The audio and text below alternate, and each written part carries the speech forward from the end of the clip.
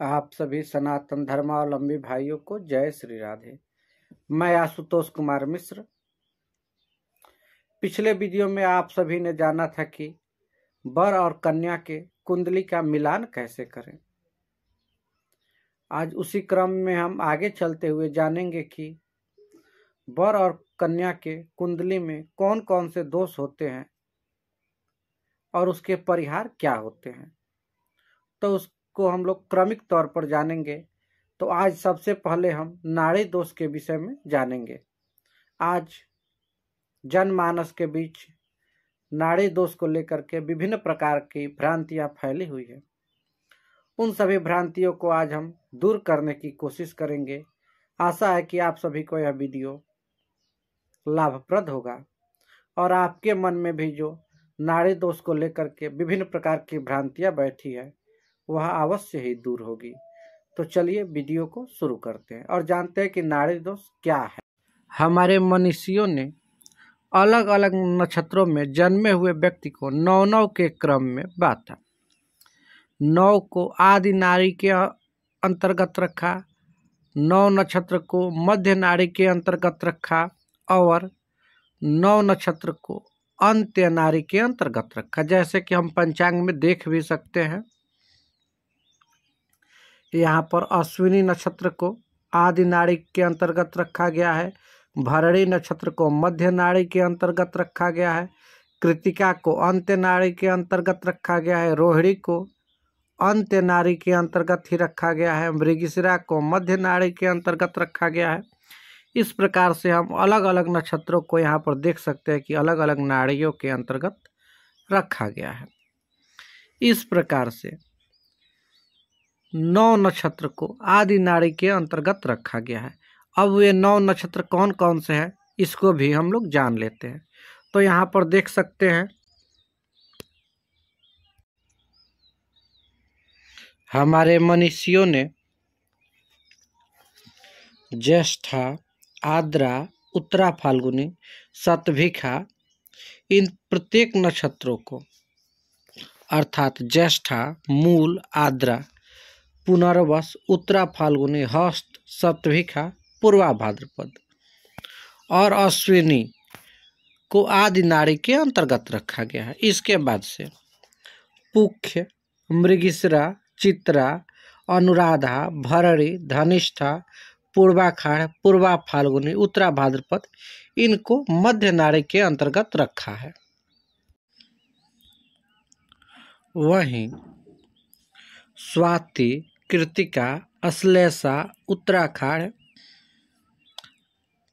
इनसे 2 नक्षत्र अर्थात स्वाति, विशाखा, कृतिका, रोहिणी, अश्लेषा, माघा, उत्तराखाड़, श्रवण और रेवती को अंत्य नाड़ी के अंतर्गत रखा गया है।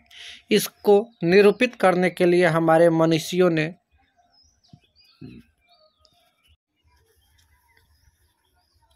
एक चक्र बनाया था जिसको सर्पाकार चक्र या फड़ी चक्र कहते हैं, जो यहाँ पर दर्शाया गया है। इसमें आपको बताया गया है कि कौन सा नक्षत्र किस नाड़ी के अंतर्गत आता है। जब वर और कन्या का जन्म नक्षत्र एक ही नाड़ी में स्थित हो तो हम मानते हैं कि इस कुंडली में नाड़ी दोष है। जैसे मान लीजिए किसी व्यक्ति का जन्म ज्येष्ठा नक्षत्र में हुआ है, किसी भी लड़के का जन्म ज्येष्ठा नक्षत्र में हुआ है, वहीं लड़की का जन्म मूल नक्षत्र में हुआ है, तो यहाँ पर हम ज्येष्ठा के नीचे आते हैं तो पाएंगे कि यहाँ पर नाड़ी जो है वह आदि है और मूल नक्षत्र यानी कि लड़की के भी जन्म नक्षत्र का नाड़ी जो है वह आदि है।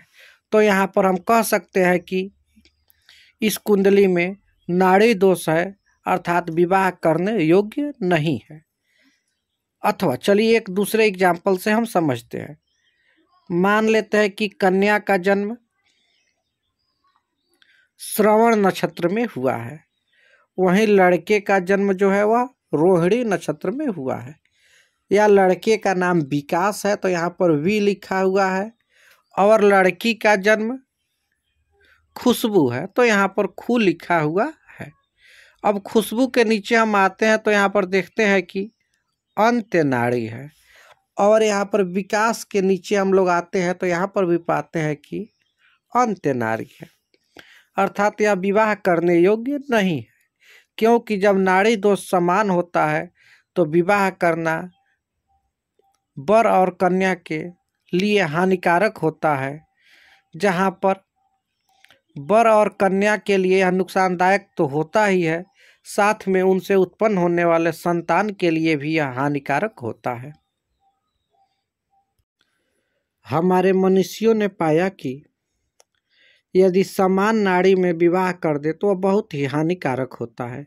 जैसे कि यदि लड़के की भी नाड़ी आदि है और लड़की की भी नाड़ी आदि है, तो इन दोनों की शादी करने से इन दोनों में वियोग होता है, यानी कि ये दोनों एक पास नहीं रह पाते हैं। सब कुछ सही रहा तो लड़का विदेश में रहेगा और लड़की अपने देश में रहेगी, यानी कि दोनों को वैवाहिक सुख नहीं मिल पाता है, एक पास नहीं रह पाते हैं। वही मध्य नाड़ी हो तो यदि वर और कन्या दोनों का नाड़ी मध्य हो तो यह दोनों के स्वास्थ्य के लिए हानिकारक होता है और इनसे होने वाले संतान का भी स्वास्थ्य सही नहीं रह पाता है। वहीं यदि वर और कन्या दोनों की नाड़ी अंत्य हो तो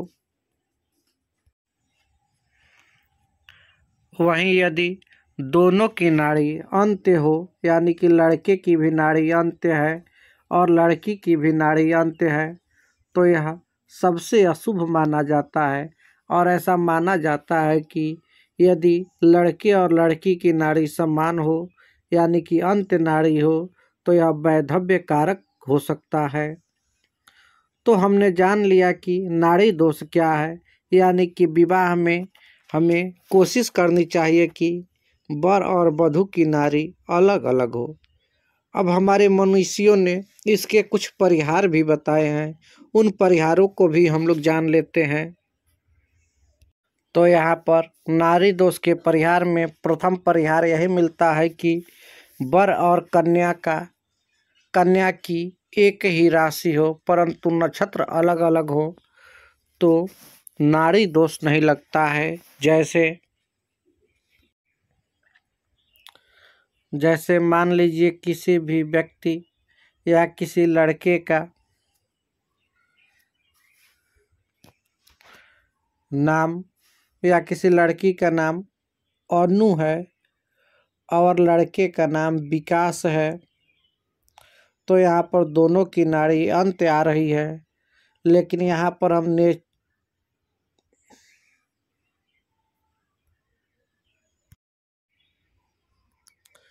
जैसे मान लीजिए कि लड़के का नाम उमेश है और लड़की का नाम विनीता है, तो यहाँ पर जब हम नीचे आते हैं तो देखते हैं कि उमेश का भी नाड़ी अंत्य हो रहा है और विनीता का भी नाड़ी अंत्य हो रहा है, लेकिन दोनों का नक्षत्र जो है वह अलग अलग है। यहाँ पर उमेश का जन्म नक्षत्र जो है वह कृतिका है और वही बी नाम से यानी कि विनीता का जो जन्म नक्षत्र है वह रोहिणी है, तो नक्षत्र अलग अलग हो गया। लेकिन यहाँ पर राशि जो दोनों का है वह एक है, यानी कि उमेश भी वृष राशि का है और विनीता भी वृष राशि की है, अर्थात यहाँ पर नाड़ी दोष नहीं लगेगा। तो यह हो गया प्रथम परिहार। दूसरा परिहार यह है कि वर और कन्या का जन्म नक्षत्र एक हो परंतु राशियाँ भिन्न भिन्न हो, तब भी नाड़ी दोष नहीं लगता है। जैसे कि मान लीजिए कि यहाँ पर हम देख रहे हैं कि या मान लीजिए किसी लड़की का नाम अनु है और लड़के का नाम उमेश है, दोनों को का जन्म नक्षत्र जो है वह कृतिका है, लेकिन राशियाँ अलग अलग है। अनु का राशि जो है वह मेष राशि है, वहीं उमेश का जो राशि है वह वृष राशि है, और दोनों का जो नाड़ी है वह एक है अर्थात अंत्य नाड़ी है, तो यहाँ पर भी नाड़ी दोष नहीं लगेगा। यह नाड़ी दोष का द्वितीय परिहार हो गया।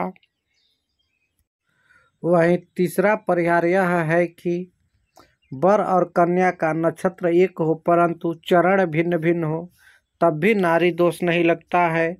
जैसे कि मान लीजिए किसी लड़के का नाम जो है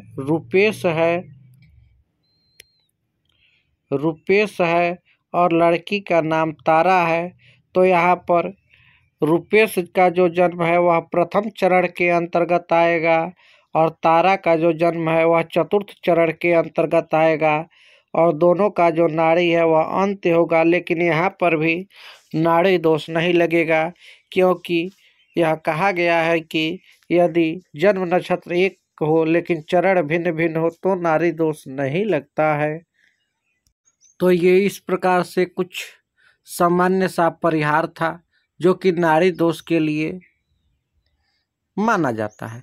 इसमें एक बात का विशेष ध्यान रखना होगा कि यदि जन्म नक्षत्र, जन्म चरण और जन्म राशि एक हो तब वहाँ पे विवाह कदापि नहीं करना चाहिए, क्योंकि वह विशेष अनिष्ट कारक होता है।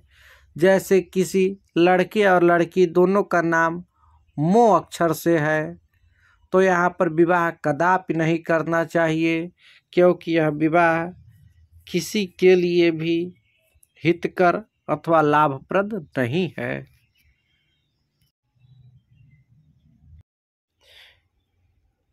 यदि आपके मन में ज्योतिष को लेकर के या ज्योतिष से संबंधित किसी भी प्रकार के प्रश्न हो या किसी भी प्रकार की समस्या हो तो हमारे नीचे दिए गए नंबरों पर संपर्क कर सकते हैं।